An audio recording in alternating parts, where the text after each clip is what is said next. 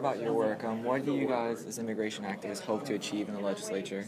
Yeah, I think, we're here to kind of represent various segments of the population here in the state of Florida, right? As an individual who's worked on the issue for the past 7 years, it's very important to me that the legislature knows that this is not essentially just an issue that they can debate without, the outcry from individuals across the state of Florida, whether it's immigrants, allies, business owners, whoever, sees that these bills are a detriment to their communities, to their families, and to the state as a whole. So at the end of the day, we're out here to kind of, make sure that our voices are heard, that people represent their communities and their counties, and the Florida legislature knows that immigrants contribute to the state. They're not harmful to the state, but that they come here to work, they come here to raise their families, and to contribute back to our society.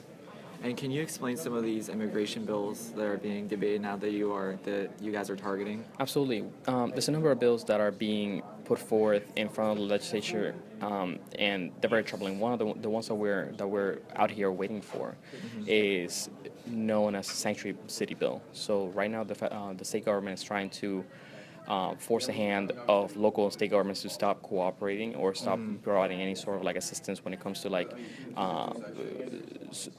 certain segments of the immigrant population. So when, hypothetically speaking, if someone's undocumented in the state of Florida and has to report a crime, more often than not, what you find is that that person is unwilling to do so because they're afraid that if they do report the crime, they're going to be handed to federal authorities and consequently deported.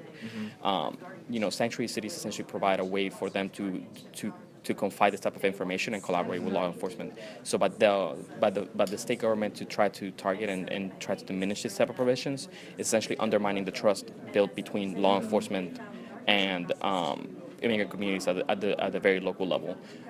So another bill is essentially the criminalization of immigrants. So if certain immigrants violate the order of deportation, they could face upwards of $10,000 in fines or some jail time. You're talking about 10 to 30 years depending on which bill you're looking at.